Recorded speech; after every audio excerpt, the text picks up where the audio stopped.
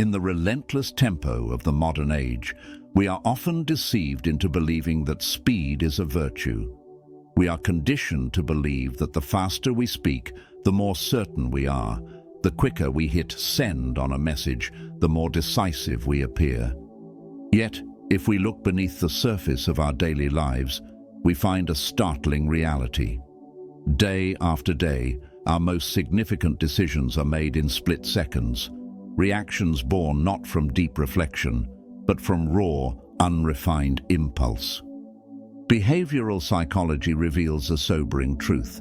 Nearly 90% of our daily decisions are rooted in emotion rather than reason. We move through our existence as if on autopilot, guided by the invisible currents of our feelings rather than the steady hand of our logic. Most of our words, our deeds, and unfortunately, our deepest regrets do not emerge from a place of thoughtful choice. They are the offspring of instinctive responses, reflexes we never paused to manage, let alone understand. This is precisely why the Stoic philosophers of antiquity placed such immense value on the mastery of the interior life. Long before the advent of modern brain imaging, they grasped a fundamental law of human nature that science is only now beginning to validate. If you govern your response, you shape your world.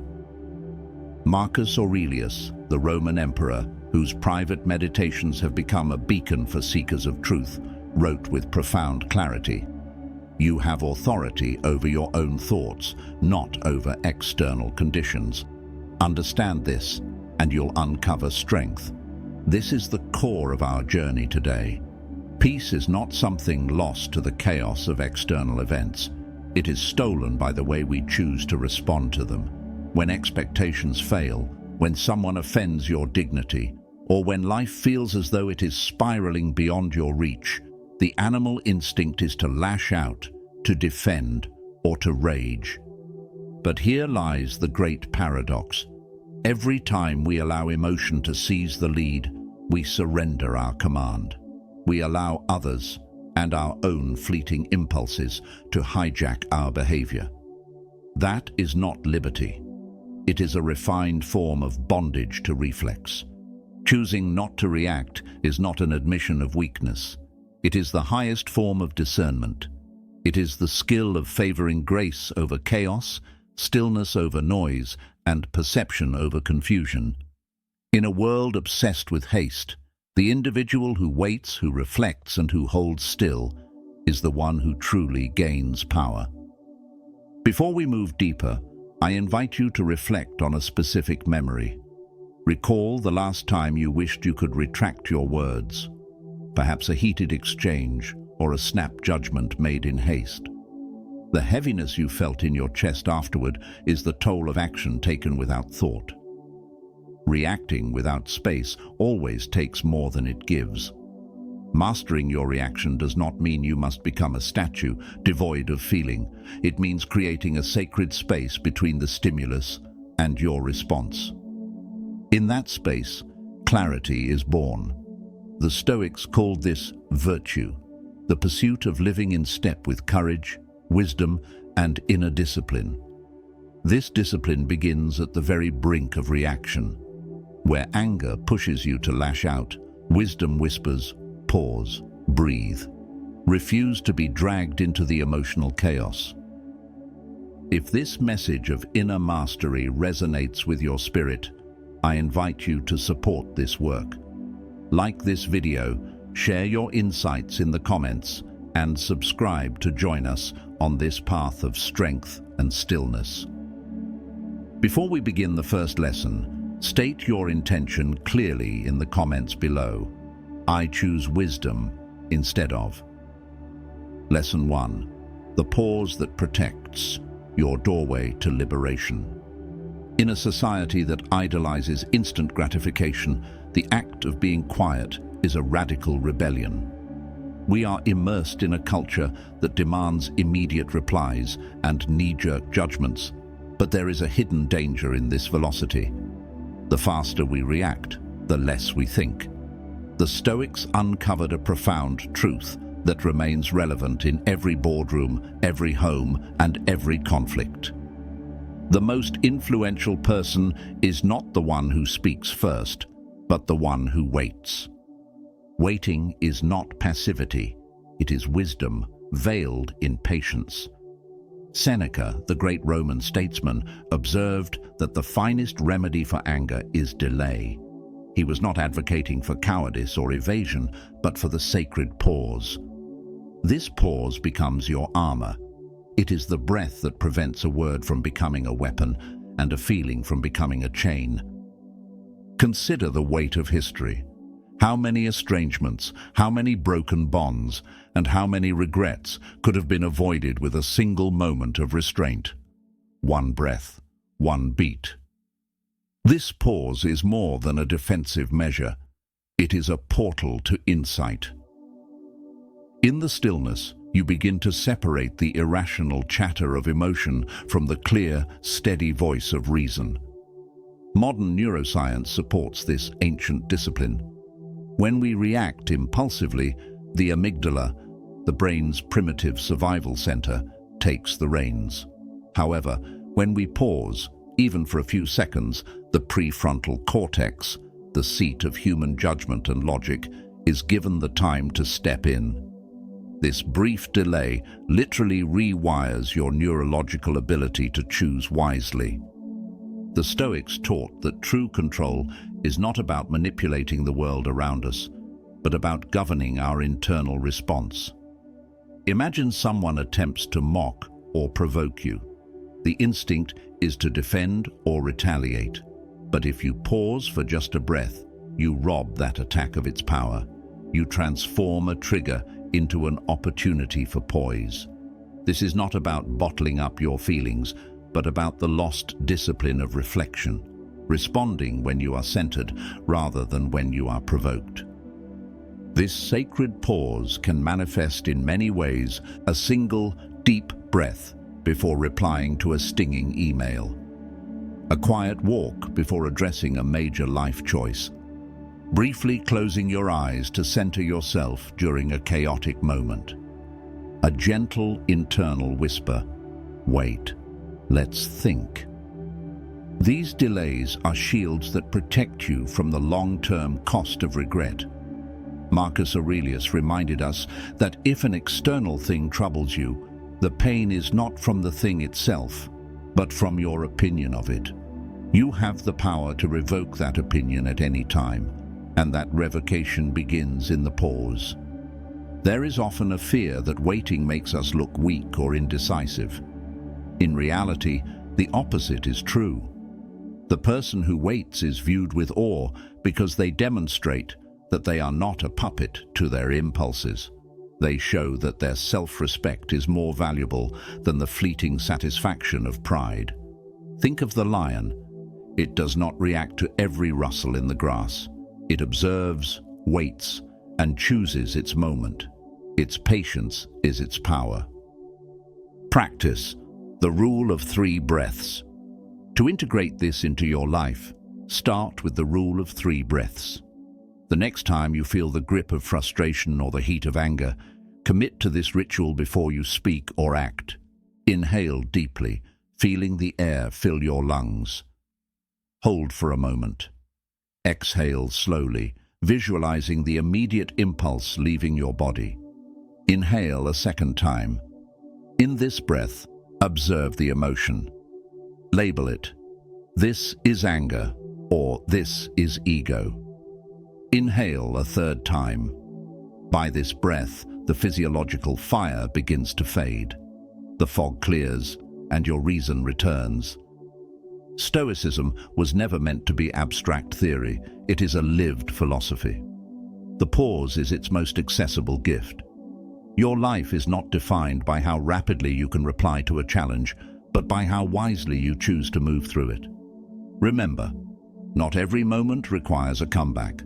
Some moments call for your breath, your silence, and your stillness. In that quiet, you will find strength. As Epictetus taught, no one is truly free unless they rule themselves. The pause is where that rule begins. I pause, I breathe, I choose. Lesson 2. Reflections of the soul, what your reactions reveal. Your responses are not just actions, they are mirrors held up to the deepest, most hidden corridors of your soul. Every time you feel a spike of irritation, a surge of jealousy, or the heavy weight of offense, something profound is happening. The ancient Stoics looked at these moments not as nuisances, but as diagnostic data. They understood that when someone hits a nerve, the problem isn't the touch. It's the fact that the nerve was exposed in the first place. Epictetus, who lived as an enslaved man before becoming one of history's most influential teachers, famously remarked, "When someone aggravates you, remember, it is your own judgment that disturbs you." The comment made by a colleague, the coldness of a partner, or the chaos of the world, these are external vibrations. Your fury, however, is born within.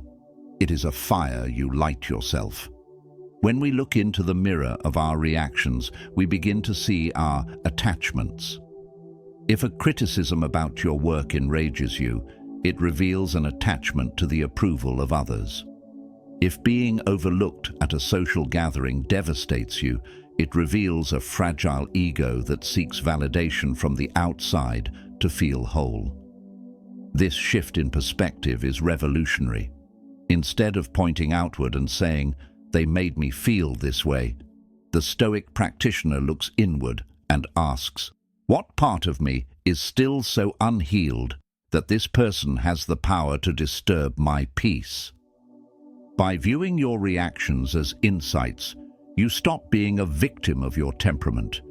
You become an explorer of your own mind.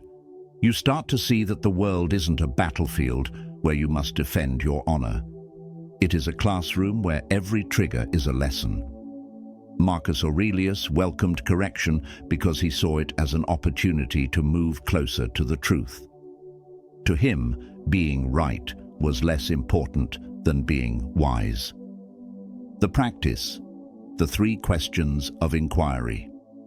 To turn your emotional triggers into wisdom, apply these 3 questions of inquiry the moment you feel your internal equilibrium shift.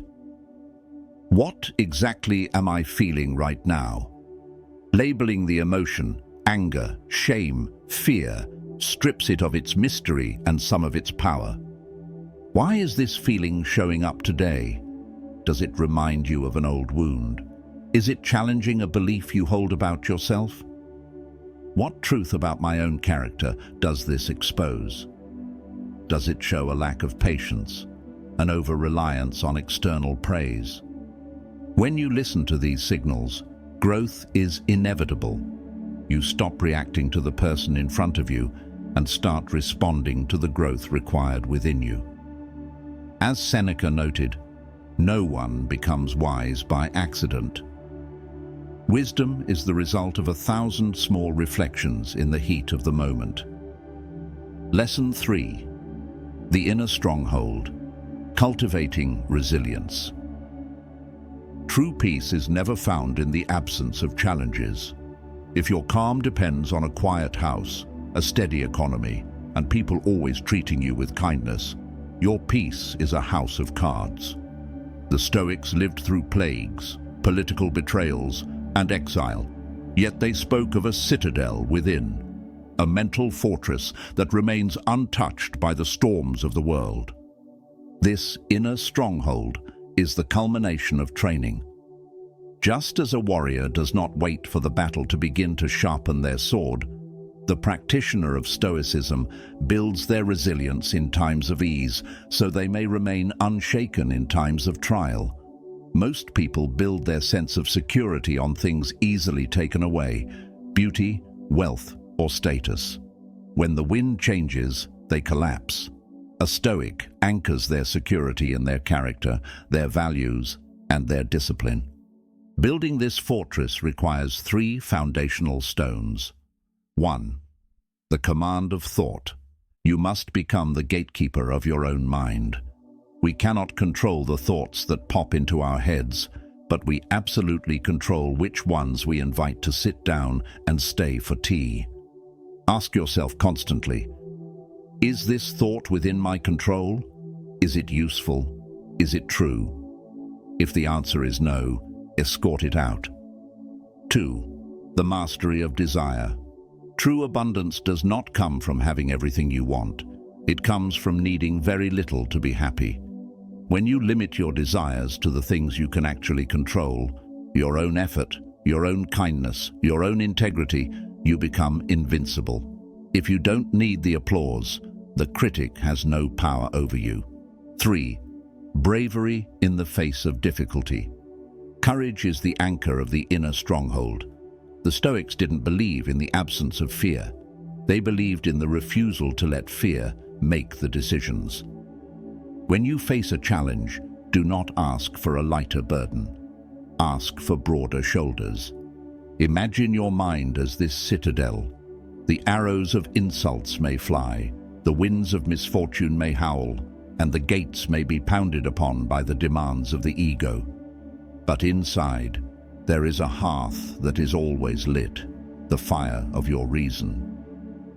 If your dignity is self-earned and your values are deeply rooted, the chaos of the external world cannot breach the walls. As Seneca beautifully articulated, he who has courage is truly free. This freedom is the result of knowing that no matter what life takes from you, it cannot take your ability to remain virtuous. It cannot take your choice to be kind. It cannot take your decision to be still. The practice, the morning premeditation. Each morning, before you engage with the noise of the world, spend 5 minutes inside your stronghold. Visualize the potential breaches of the day, a difficult conversation, a delay in your plans, an unfair criticism. See yourself in these scenarios. Observe the impulse to react, and then visualize yourself choosing the path of the fortress, choosing the sacred pause, choosing to see the reflection, and choosing to remain unmoved. By the time the world actually tests you, you have already won the battle in your mind. Lesson 4. Emotional Aikido. The power of redirection. In the realm of physical combat, there is a discipline known as Aikido. Unlike styles that meet force with force, clashing bone against bone, the Aikido practitioner moves like water. They do not block a strike. They grasp the momentum of the attacker and redirect it. They use the opponent's own energy to neutralize the threat. True emotional mastery is remarkably similar. The Stoics did not believe in being emotionless. They were not cold or unfeeling. Rather, they were masters of emotional redirection. They understood that emotions are essentially raw energy. Anger is a surge of heat. Fear is a pulse of alertness. Sadness is a heavy stillness. When we try to suppress these feelings, we are like someone trying to hold back a flood with their bare hands. Eventually, the pressure will break us. Instead, we practice emotional Aikido.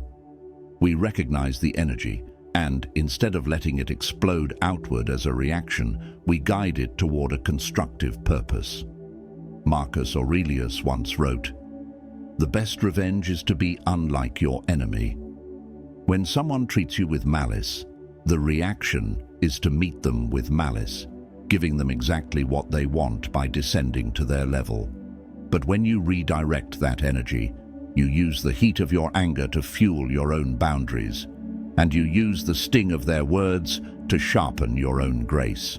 The 3 stages of redirection: identification, the naming. When an emotion hits, identify it immediately. I am feeling the energy of resentment. By naming it, you move from being inside the storm to observing it from a distance. Absorption, the non-resistance. Do not judge the feeling. Don't tell yourself you shouldn't feel this way. Feel the physical sensation in your body, the tightness in the chest or the heat in the face. This is just energy passing through. Transformation, the aim. Ask yourself, How can I use this energy for good? Use the energy of anger to fuel a difficult task you've been procrastinating. Use the energy of fear to become meticulously prepared for a challenge. Use the energy of sadness to deepen your empathy for others who are suffering. This is the height of sophistication. It is the refusal to reflect darkness back into the world. When you practice redirection, you become like the ocean. No matter how much salt is poured into it, the ocean remains vast, deep, and pure. You absorb the blow, you transform the energy, and you move forward with a clarity that others cannot fathom. Lesson 5. The Phoenix Path. Rising from the trial. There will be moments in your life when the sacred pause feels impossible and the inner stronghold feels as though it has been breached. Life has a way of delivering blows that are so sudden and so sharp that they momentarily shatter our composure. You may lose a job, experience the end of a long relationship, or face a personal failure that feels public and humiliating. The Stoic path does not promise that you will never fall. It promises that you can always rise. This is what we call the Phoenix path. In ancient mythology, the phoenix is a bird that lives for centuries, but when its time comes, it does not simply die. It is consumed by fire, only to rise again from the ashes, renewed and more powerful than before. The Stoics viewed adversity as a forge. Seneca famously said, "Fire is the test of gold, adversity of strong men." He understood that we do not grow when things are easy. We grow when we are tested. The Phoenix path is the deliberate choice to use your ruin as a foundation for your next rise. This requires a radical shift in perspective called amor fati, the love of fate. It is not just accepting what happens, but embracing it as necessary for your evolution. If you are rejected, that rejection is the fire that burns away your vanity. If you fail, that failure is the ash that provides the nutrients for a more humble and resilient version of yourself to grow. The Phoenix practice, rebuilding the narrative. When you are in the midst of a trial, the narrative you tell yourself is the difference between a victim and a master. Practice these 3 steps to rise. Radical acceptance. Look at the situation with cold, clear eyes. This has happened. I cannot change the past. Stop the why me internal dialogue. It is a leak in your power. The alchemist's question. Ask, what is the hidden gift in this disaster? Does this failure force you to learn a new skill? Does this loss free you from a toxic environment? Does this pain make you a more compassionate person? The new architecture. Begin to rebuild immediately, but rebuild differently. Use the lessons of the fall to ensure that the next version of your life is built on a foundation of wisdom, not ego. Rising from a trial is the ultimate non-reaction. When the world expects you to stay down, to complain, and to wither, your decision to rise with grace is the most powerful statement you can make. You are showing that your spirit is not subject to external conditions. You are proving that while life can set the fire, you are the one who decides what emerges from the flames. As we conclude this section, remember, you are not fragile. You are not meant for a life of perpetual comfort. You are designed to adapt, to transform, and to rise. The Stoic rituals, a daily blueprint for inner sovereignty. Philosophy is not a set of ideas we admire from a distance. It is a toolkit we carry into the fray of life. To move from impulsive reaction to deliberate action, we must create a structure, a morning, midday, and evening discipline that keeps the inner stronghold fortified. If we do not have a plan for our minds, the world will certainly impose one upon us. The morning preparation, the shielding of the mind. Before you check your phone, Before you engage with the demands of others, you must first engage with yourself. The Stoic morning is about premeditatio malorum, the premeditation of evils. This sounds grim to the modern ear, but for the Stoics, it was the ultimate source of calm. Imagine your day ahead. Identify the points of friction, the colleague who is always dismissive, the traffic that tests your patience, the technology that inevitably fails.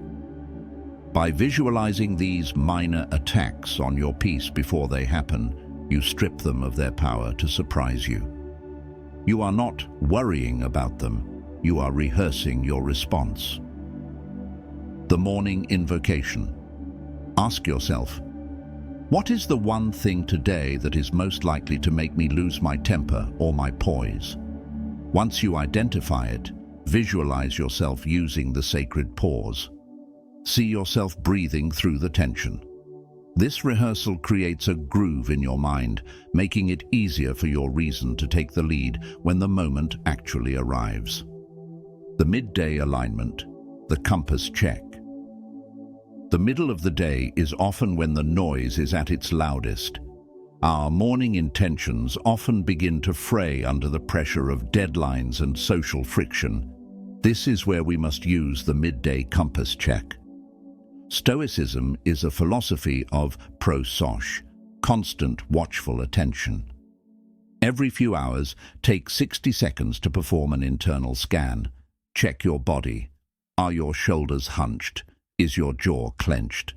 These are the physical manifestations of a reaction beginning to take hold. Check your thoughts. Have you begun to tell yourself a victim story? Are you complaining internally about things outside your control? This midday check is your emotional aikido in real time. If you find yourself holding tension, use the rule of 3 breaths immediately. Don't wait until you're overwhelmed. Reset your internal clock. Remind yourself, this event is neutral, only my judgment makes it stressful. The evening reflection, the mirror of the day. The day does not end when the sun sets. It ends when we have accounted for our actions. Both Seneca and Marcus Aurelius practiced a rigorous evening review. They would sit in the quiet of the night and interrogate their day. This is not a session for self-flagellation or guilt. It is a session for honest auditing. What did I do well today? Where did I successfully pause? Where did I choose grace? Where did I falter? When did I let an impulse lead? What triggered my ego? What will I do differently tomorrow? How can I better prepare for that specific trigger? By ending your day with this reflection, you ensure that today's failures become tomorrow's wisdom. You are transforming your pain into fuel, ensuring that the phoenix rises every single morning with more strength than the day before. The final transformation, flourishing in the fire. As we bring this script to its conclusion, we must address the ultimate goal of the Stoic aesthetic, eudaimonia. This is often translated as happiness, but for the Stoics, it meant something far deeper. It meant human flourishing. It is the state of being in harmony with your highest self. The power of not reacting is not about becoming a person who doesn't feel. It is about becoming a person who cannot be conquered. When you master your responses, you stop being a passenger in your own life. You become the architect of your character, the freedom of no opinion. One of the most liberating tools in the Stoic arsenal is the realization that you do not have to have an opinion on everything. We live in a world that demands we take a side on every headline, every social media post, and every office rumor. This constant demand for an opinion is a constant demand for a reaction. Practice the phrase, "I have no opinion on this." It is a superpower. By refusing to form a snap judgment, you preserve your mental energy for the things that actually matter, your work, your loved ones, and your own growth. This is the ultimate sacred pause. The legacy of stillness. Consider the ripple effect of your stillness. When you refuse to react to an insult, you break the cycle of conflict.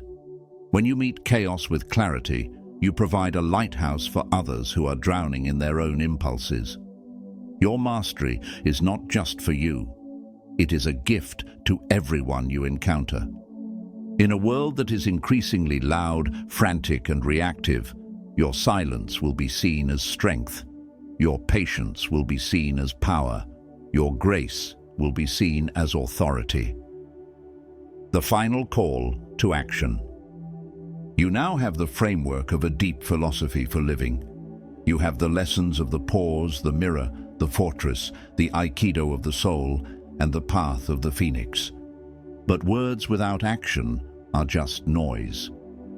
The transformation happens in the heat of the moment.